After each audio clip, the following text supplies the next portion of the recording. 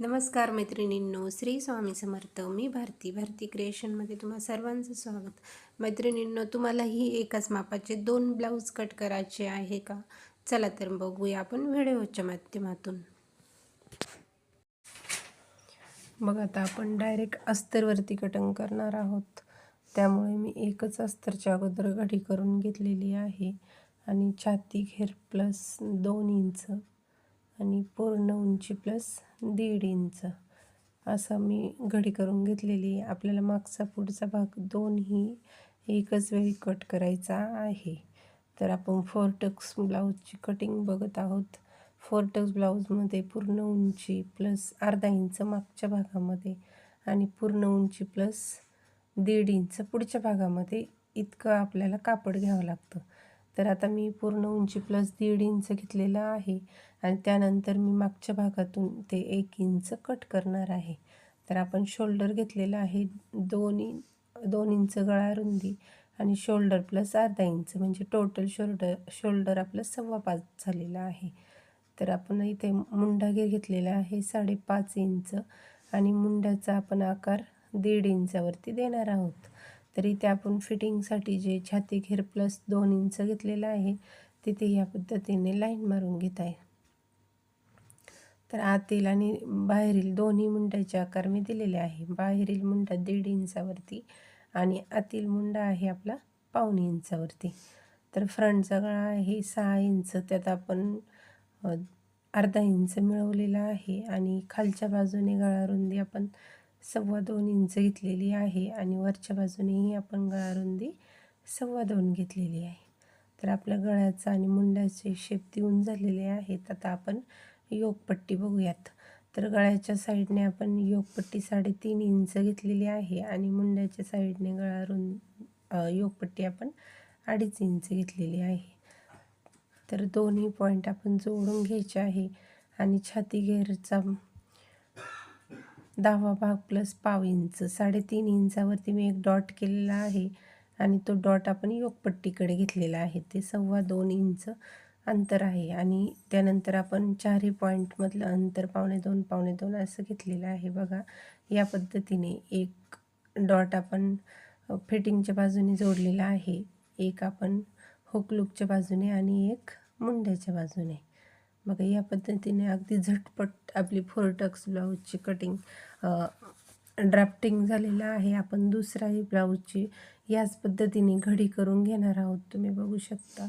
आणि अगदी व्यवस्थित तंतोतंत एकमेकांवरती ते अस्तर ठेवून घ्यायचे आहे. मैत्रिणींनो, माझे व्हिडिओ आवडत असल्यास चॅनलला सबस्क्राईब करा, व्हिडिओला लाईक करा, कमेंट करा. बघा, या पद्धतीने आपण ठेवून कट करून घ्यायचं आहे आणि आपण लक्षात ठेवायचं आहे बंद बाजूनेच आपण माप टाकायचे आहेत.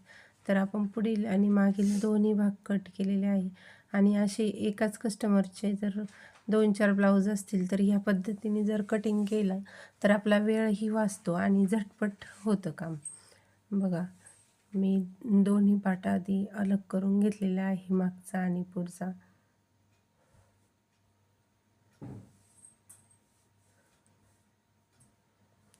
आणि छोटी घडी असेल आपली छातीची तर अस्तरवरती इजी बसून जाते, पेपर कटिंगची गरज येत नाही.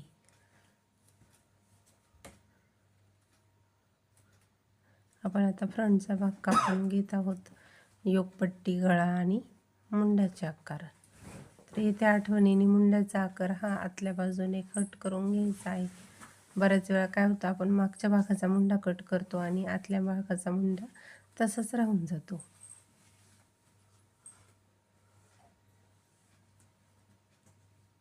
दोन्ही पार्ट आपण अलग करून घेतलेले आहे.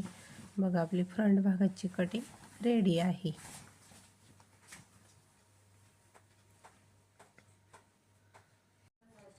आता आपल्याला बाहीची कटिंग करायची आहे. तर आपण बाही उंची प्लस अर्धा इंच नॉर्मल बाहीची कटिंगचं माप टाकायचं आपल्याला. इथे फुग्यावाली छोटी 3 चुन्यांवाली बाही करायची आहे. त्याकरता आपण नॉर्मल बाहीचं माप टाकून पुन्हा उंचीमध्ये वरच्या बाजूने 2-2 इंचाचा ह्या पद्धतीने चौकोन करायचा आहे. कॅफ आपण 2 इंच घेतलेली आहे.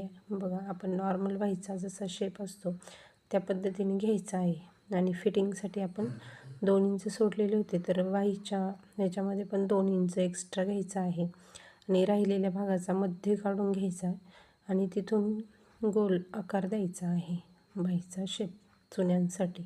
आणि ह्या बाईची जर कटिंग तुम्हाला पाहिजे असेल तर आपल्या चॅनलवरती सविस्तर व्हिडिओ दिलेला आहे. आपल्या चॅनलवरती जाऊन नक्की बघा. या पद्धतीने जर बाहीचं ड्राफ्टिंग केली, कटिंग जर केली या पद्धतीने, तर अगदी व्यवस्थित कुठेही फुगा येत नाही बाहीला. बऱ्याच वेळा काय होतं, खूप मोठा आकार घेतल्यामुळे ना वरचा फुगा खूप मोठा होतो. तसं न घेता जर 2-2 इंचाचा चौकोन करून जर घेतला आणि या पद्धतीने जर बाहीच्या फुग्याचा आकार जर दिला तर खूप छान, अगदी शोल्डरच्या तिथे सेंटरलाच फक्त फुगा येतो. खूप सुंदर बाही या पद्धतीने जर कट केली तर दिसते. तर आपण दुसऱ्याही ब्लाऊजची बाही कट करून घेत आहोत. तोच आपला अस्तरचा पॅटर्न आपण यावरती दुसऱ्या अस्तरवरती ठेवून घेतलेला आहे आणि आपण बाही कट करून घेत आहोत. तर बाहीची घडी कशी घ्यायची किंवा बाही काढण्याचे सविस्तर व्हिडिओ आपल्या चॅनलवरती आहे आणि फुगाबाईचाही या पद्धतीचा सविस्तर व्हिडिओ, दोन्ही व्हिडिओ आपल्या चॅनलवरती अपलोड केलेले आहे. बाहीची घडी घेताना आपण मागच्या भागातून 1/2 इंच मागच्या भागाचा मुंडा घेर मोजून घ्यायचा आहे आणि त्यातून 1/2 इंच कट करून राहिलेला जो भाग असतो ती आपली बाही घडी असते. तर बघा, आपण एका मेन फॅब्रिकची फोल्ड केलेला आहे. बरोबर तंतोतंत काठाला काठ लावून मेन फॅब्रिक आपण अंथरलेला आहे आणि त्यावरती आपले अस्तरचे जे आपले कटिंग मिळालेली आहे आपल्याला ती आपण ठेवून घेत आहोत आणि कट करून घेणार आहोत.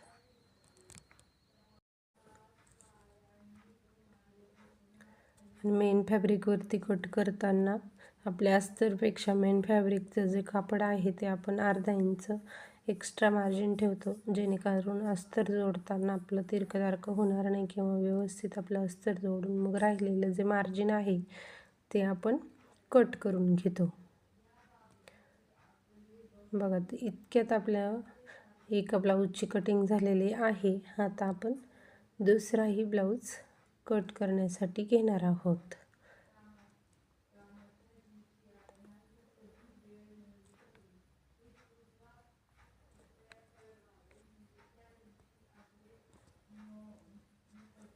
अगदी झटपट आपले एकासोबत दोन्ही ब्लाऊजची कटिंग करून घेत आहोत आपण आणि खूप फास्ट कटिंग होते एका वेळी जर दोन्ही ब्लाऊजसोबत कट केले तर.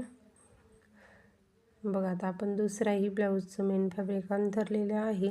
त्याला काठ नव्हते, सर्व ऑल ओव्हर ब्लाऊज सेम होता, पण याला काठ आहे. आपण बंद बाजूने मागचा भाग ठेवून घेत आहोत आणि काठाच्या बाजूने आपलं बाही ठेवून घेत आहोत. काठ जर नसेल तर आपण बाही कोणत्याही साईडने डिझाईन ऑल ओव्हर जर सेम असेल तर आपण कुठेही ठेवू शकतो, पण जर काठ असेल तर आपल्या काठाच्या साईडने आपल्याला स्लीव्जची कटिंग करायची असते, त्यामुळे स्लीव्ज आपण काठाच्या साईडने ठेवून घ्यायची आहे. स्लीव्ज आणि मागील भाग हा मागील भाग हा बंद बाजूनेच आला पाहिजे आणि स्लीव्ज ही काठाच्याच बाजूने आली पाहिजे. पुढील भाग आपण कोणत्याही साईडला ठेवू शकतो, पण ही दोन्ही पार्टची जागा फिक्स आपली त्या म्हणजे ठरवलेली असते, त्याच बाजूने आपली आली पाहिजे, नाही तर ब्लाऊज आपले चुकला जातो. बघा, आता आपला दुसराही ब्लाऊज या पद्धतीने कट झालेला आहे. बघा, एका वेळी आपण दोन्ही ब्लाऊज कट केलेले आहेत. थँक्यू.